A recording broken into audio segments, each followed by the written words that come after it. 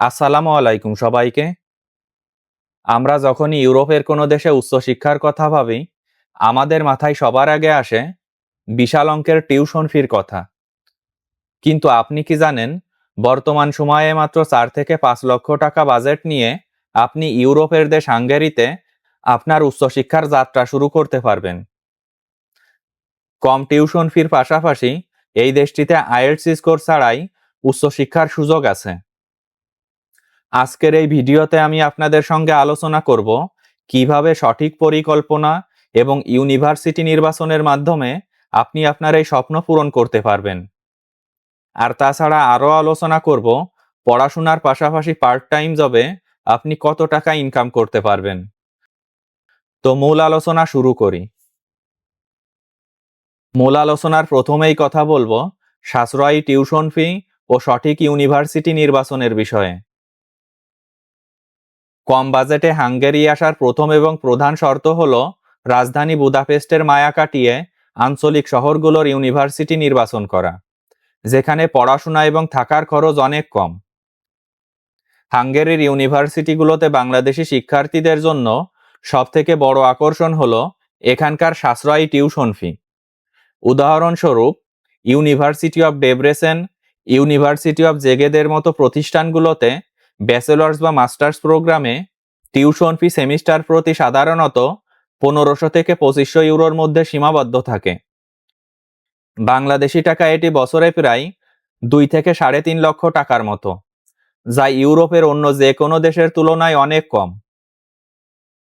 মজার বিষয় হলো, আপনি যদি প্রথম সেমিস্টারের ফি পেমেন্ট করে হাঙ্গেরিতে আসতে পারেন, তবে পরবর্তী সেমিস্টারগুলোর ফি আপনি এখানকার পার্ট টাইম জব দিয়েই অনায়াসেই ম্যানেজ করতে পারবেন। এছাড়া যদি আপনার ভালো জিপিএ থাকে, তবে অধিকাংশ ইউনিভার্সিটি প্রথম সেমিস্টারে 30 থেকে 50% পর্যন্ত টিউশন ফি ডিসকাউন্ট দিয়ে থাকে। তাই দালালের পেছনে অতিরিক্ত টাকা নষ্ট না করে সরাসরি ইউনিভার্সিটির পোর্টালে আবেদন করলে আপনি এই সাশ্রয়ী বাজেটেই আপনার হাঙ্গেরি যাত্রা শুরু করতে পারবেন। এখন আলোচনা করব আইএলটিএস স্কোর ছাড়াই হাঙ্গেরির ইউনিভার্সিটিগুলোতে ভর্তির বিষয় নিয়ে। অনেকেরই মনে প্রশ্ন থাকে, আইএলটিএস স্কোর ছাড়া কি সত্যিই ইউরোপে যাওয়া সম্ভব? হ্যাঁ, হাঙ্গেরি আপনাকে সেই সুযোগ দিচ্ছে বর্তমানে। এই দেশটির অনেক ইউনিভার্সিটি আইএলটিএস স্কোর ছাড়াই বিভিন্ন প্রোগ্রামে ভর্তির সুযোগ দিচ্ছে। বিশেষ করে আপনি যদি আপনার স্কুল বা কলেজ থেকে একটি এমওআই সার্টিফিকেট সংগ্রহ করতে পারেন, সেক্ষেত্রে হাঙ্গেরির ইউনিভার্সিটিগুলোতে ভর্তি হওয়ার সুযোগ অনেক বেশি থাকবে। কিন্তু আপনার জিপিএ যদি ভালো থাকে, তাহলে কিন্তু আপনি অনায়াসে আইএলটিএস স্কোর ছাড়াই ভর্তির সুযোগ পেতে পারেন। ইউনিভার্সিটি কর্তৃপক্ষ আপনার ইংরেজি দক্ষতা যাচাইয়ের জন্য একটি ছোট অনলাইন ইন্টারভিউ অথবা তাদের নিজস্ব অনলাইন ইংলিশ টেস্ট নিতে পারে, যা সাধারণ ইন্টারভিউয়ের তুলনায় অনেক সহজ। তবে মনে রাখবেন, আইএলটিএস স্কোর না থাকলেও আপনাকে ইংরেজিতে কথা বলা শিখতে হবে, কারণ ইউনিভার্সিটি এবং এম্বাসি ইন্টারভিউতে আপনার দক্ষতা প্রমাণ করতে হবে। তাই দালালের পেছনে না দৌড়ে নিজের ইংরেজি দক্ষতার উপর কাজ করুন এবং নিজে ইউনিভার্সিটিগুলোতে আবেদন করার চেষ্টা করুন। এখন আলোচনা করি পার্ট টাইম জব ও ইনকামের বিষয়ে। সকল বাংলাদেশি শিক্ষার্থীদের সবথেকে বড় প্রশ্ন হলো, হাঙ্গেরিতে কি কাজ করে পড়াশোনার খরচ চালানো সম্ভব? উত্তর হলো হ্যাঁ। তবে এর জন্য আপনাকে হাঙ্গেরির শ্রম আইন এবং ভাষা সম্পর্কে জানতে হবে। বর্তমান নিয়ম অনুযায়ী পড়াশোনার পাশাপাশি স্টুডেন্টরা প্রতি সপ্তাহে 20 ঘন্টা বৈধভাবে কাজ করার অনুমতি পায়। ছুটির সময়ে বা হলিডেতে ফুল টাইম কাজ করার সুযোগ থাকে। হাঙ্গেরিতে বর্তমানে রেস্টুরেন্ট, হোটেল, ট্যুরিজম এবং কাস্টমার সার্ভিস সেক্টরে প্রচুর কাজের সুযোগ আছে। কাজ পাওয়ার পর হাঙ্গেরিয়ান ভাষার বেসিক জানা থাকলে আপনার জন্য অনেক বড় বড় সুযোগ তৈরি হবে। ইভেন আপনার স্যালারিও অনেক বেড়ে যাবে। এখানে পার্ট টাইম জবে প্রতি ঘন্টায় আপনি 5 থেকে 6 ইউরো পর্যন্ত ইনকাম করতে পারবেন, যা দিয়ে আপনার থাকার খরচ অনায়াসেই চলে যাবে। সঠিক সাবজেক্ট চয়েস করে পড়াশোনা শেষ করতে পারলে পুরো ইউরোপে ক্যারিয়ার গড়ার সুযোগ পাবেন।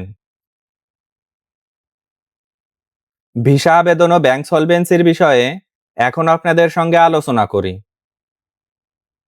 হাঙ্গেরির ভিসা আবেদন প্রক্রিয়াটি বর্তমানে অনেকটা ডিজিটাল এবং সরাসরি হাঙ্গেরিয়ান এম্বাসির মাধ্যমে সম্পূর্ণ করতে হয়।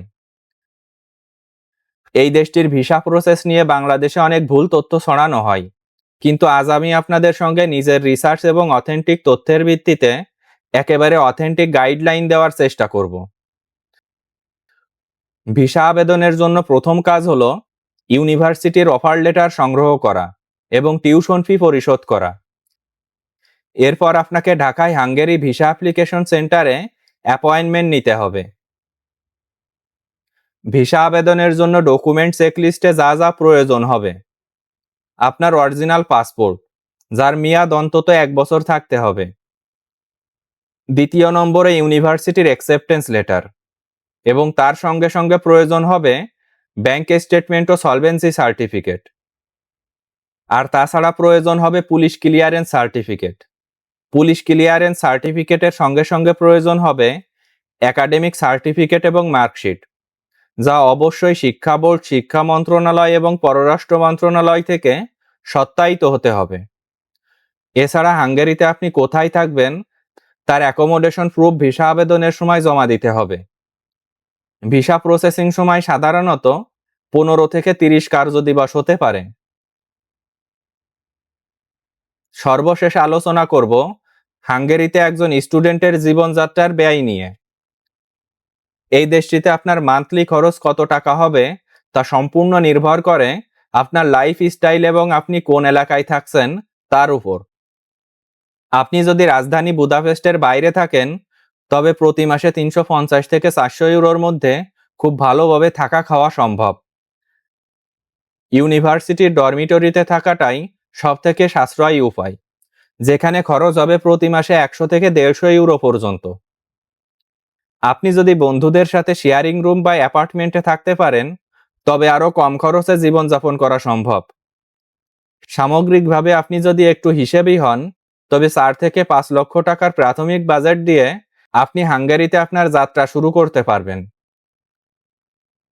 তো আজকের ভিডিও এ পর্যন্তই শেষ করছি। আমার ভিডিও যদি ভালো লাগে, তাহলে পরবর্তী ভিডিওর জন্য চ্যানেলটি সাবস্ক্রাইব করে রাখতে পারেন। ধন্যবাদ সবাইকে।